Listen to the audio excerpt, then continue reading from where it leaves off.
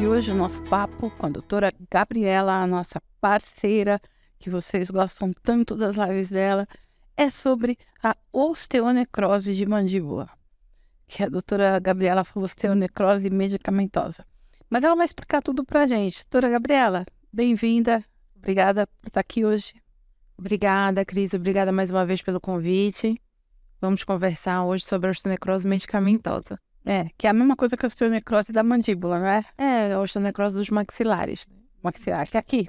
Isso, que pode ocorrer tanto na região de maxila, que é esse osso que suporta os dentes superiores, quanto na mandíbula, que é o osso que suporta os dentes inferiores. A gente vai, toda vez que eu faço alguma live ou alguma coisa com a doutora Gabriela, aprenda. Então, mandíbula é a parte de baixo. Isso, a parte inferior. E a de cima? Maxila. Maxila. O que é a tão temida osteonecrose? A osteonecrose medicamentosa é uma área de exposição óssea de osso necrótico ou uma região de fístula que... fístula? Fístula é como se fosse um ponto de drenagem, né? Em que você entra uma pontinha, uma pústula, certo? Em que você consegue acessar e encostar no osso através dela, certo?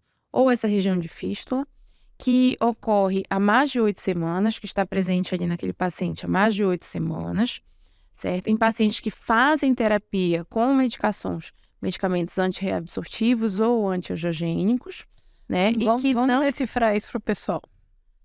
Com algumas medicações específicas. Tem uma lista imensa de medicações, eu não vou falar todas, mas principalmente o denosumab, né? Que é o Exgeva e o Prolia, e o ácido zoledrônico, que pode ser o Aclasta ou o Zometa, por exemplo, certo? Então, que fazem terapia com essas medicações e que não tem histórico nem de metástase na região, né, nem de envolvimento tumoral, como, por exemplo, no caso dos pacientes com mieloma nessa região, né, e também não fizeram radioterapia de cabeça e pescoço. Porque naqueles pacientes que fizeram radioterapia de cabeça e pescoço que apresentam a área de osso necrótico, pode ser uma osteoradionecrose, né, que é induzida pela radioterapia. Osteonecrose tem cura? Ela tem tratamento. Você não vai ter uma cura, né? Mas você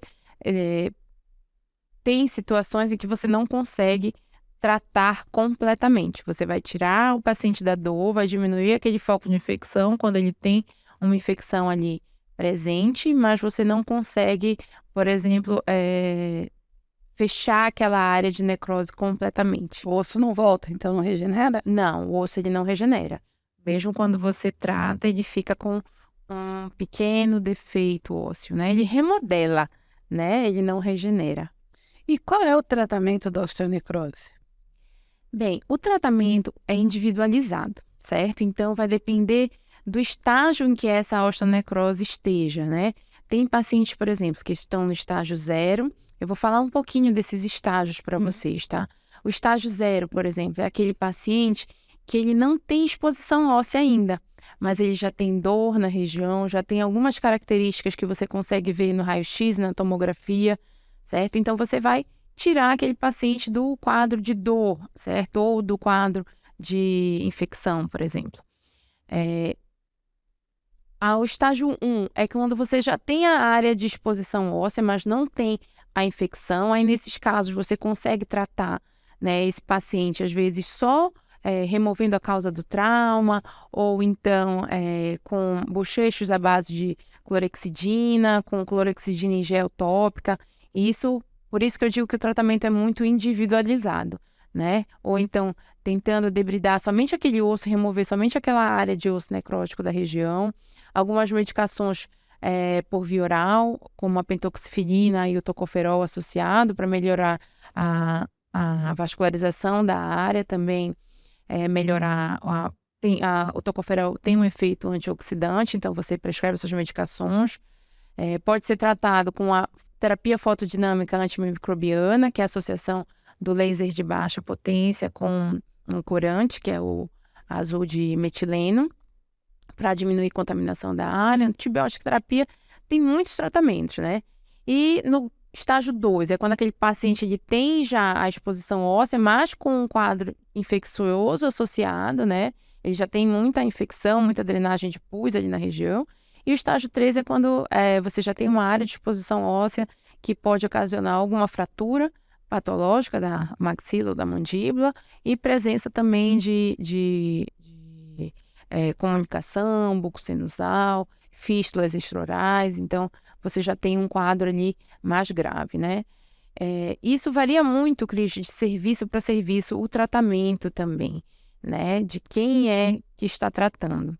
Por exemplo, lá na clínica, no CTO, nós fazemos o tratamento com a antibiótico terapia associado à terapia fotodinâmica, antimicrobiana, a tratamento da pentoxifilina com tocoferol, certo? E também o tratamento cirúrgico associado. Então, nós fazemos um tratamento aí com de várias maneiras, né? Dependendo do caso do paciente. Você sabe me dizer se o tratamento pelo SUS é igual? Ou existe uma limitação técnica?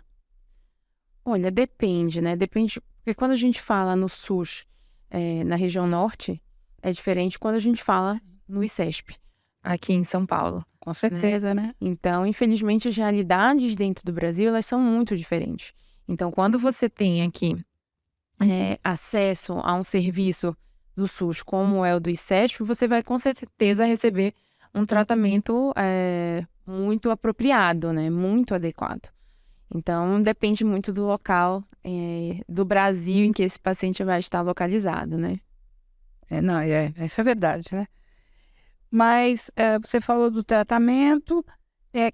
Qual é o profissional que trata? Qualquer dentista, qualquer cirurgião, tem que ser cirurgião? Quem que trata da osteonecrose? Bem, o tratamento é feito, né? O diagnóstico, tratamento, acompanhamento é feito por cirurgiões dentistas que são capacitados para atender o paciente oncológico. E existe residências específicas para isso em todo o Brasil. Residências de odontologia em oncologia, certo? E também, quando você precisa de um tratamento cirúrgico mais amplo, esse tratamento é feito em associação com o cirurgião bucomaxilofacial, né, que é um cirurgião dentista especialista em bucomaxilofacial. Entendi. Em cirurgia bucomaxilofacial. Entendi. E o paciente, normalmente, ele procura ajuda quando ele tem uma dor, nem que seja pequena, né? Então, eu acho que é muito importante o paciente ficar atento, não é? Muito, extremamente importante. Qualquer dor estranha que na região de maxila e mandíbula, ele estando em tratamento, né, com essas medicações, ele precisa procurar, assim, um cirurgião dentista. De preferência, um cirurgião dentista que seja acostumado, né, que tenha preparo para trabalhar com o paciente oncológico. Existe prevenção da osteonecrose? Sim, a prevenção é feita quando você faz a adequação do meio bucal antes de iniciar o tratamento odontológico. Ou seja, se esse paciente ele tem algum foco de infecção, esse foco de infecção ele é removido antes de iniciar o tratamento com essas medicações que podem ocasionar osteonecrose medicamentosa. Você falou de alguns enxaguantes bucais que são usados no tratamento. Ajuda o paciente a usar esses enxaguantes bucais durante o tratamento ou não tem influência nenhuma? A clorexidina, a 0,12%, que é o que a gente usa como auxiliar no tratamento também da osteonecrose, ela não pode ser usada de forma contínua, certo? Então, ele não deve ser usado de forma contínua. Ele pode usar um bochecho com flúor, com álcool, para melhorar, sem álcool, para melhorar ali a flora, né, bacteriana da região. Mas não existe um tratamento com bochecho que previna o aparecimento da osteonecrose medicamentosa. O que previne é uma adequação do meio bucal, uma boa higiene oral e, de preferência, evitar, né, manipulação óssea durante o tratamento com essas medicações. Então, a manipulação óssea seria, por exemplo, extração, é isso? Extração, colocação de implante ósseo integrado, uma raspagem que é tratamento periodontal, por exemplo, manipulando o osso, raspagem em campo aberto, tudo que envolve osso precisa ser evitado, né? Ou, quando muito necessário, feito da forma mais adequada, né? Mais conservadora possível. Dúvida de paciente, ela até lê aqui para não esquecer. Tá. Depois de quanto... Desculpa, gente, mas hoje minha alergia tá péssima. Imagina uma pessoa que é alérgica a gato e tem 3. E eles dormem na cama com ela, sou eu. A dúvida dos pacientes. Depois de quanto tempo que eu terminar o tratamento com o Zometa, eu posso fazer extrações ou implantes? Bem, o ácido zoledrônico, a gente sabe que tem muitos estudos que mostram que ele tem uma vida maior que uma meia-vida, né, maior que 10 anos. Uma vez que ele se liga àquela hidroxapatita do osso, ele fica impregnado ali por mais de 10 anos. Então, Uau! mesmo quando ele faz o tratamento e para, ele vai ter o risco, sim, de desenvolver a osteonecrose por muitos e muitos anos. Então, se ele precisar fazer uma exodontia, essa exodontia, ela necessita ser feita com todo um preparo, com uma antibiótico terapia apropriada, com o mínimo de trauma possível, se é que é possível fazer uma exodontia com o mínimo de trauma Que possível. exodontia traduz? É a remoção do dente. Extração Tá? dentária. Isso é a extração dentária, Entendi. tá? E uma sutura com as bordas bem coaptadas, você aproximar, né, por exemplo, a gengiva de um lado da gengiva do outro, para falar de uma forma mais fácil, né? E suturar aquilo para que você tenha uma cicatrização ali melhor, né? Que a gente chama de cicatrização em primeira intenção. Não, isso é bom por um lado, porque a Zometa faz um efeito bastante tempo, mas, caramba, é 10 anos. O Zometa tem mais de 10 anos. De denosumab, a gente sabe, não? O denosumab, ele tem uma ação, né? Um mecanismo de ação diferente do Zometa. Então, você com um mês, ele já que suspendeu a medicação, ele já fica um pouco mais seguro, né? A meia-vida dele é ali de 26 dias aproximadamente. Então, quando o paciente ele para de fazer o denosumab, né, com 2 meses, você já consegue fazer uma exodontia de forma mais segura nesse paciente. Extração dentária, mas é porque eu acho Isso, difícil, eu não sei o que é exo, quer? Exodontia, uma extração dentária, pronto. A gente vai no que todo mundo entende aqui, né? Isso. Tá certo. Qual é a dica que você quer deixar, além de tudo isso que a gente falou para os pacientes?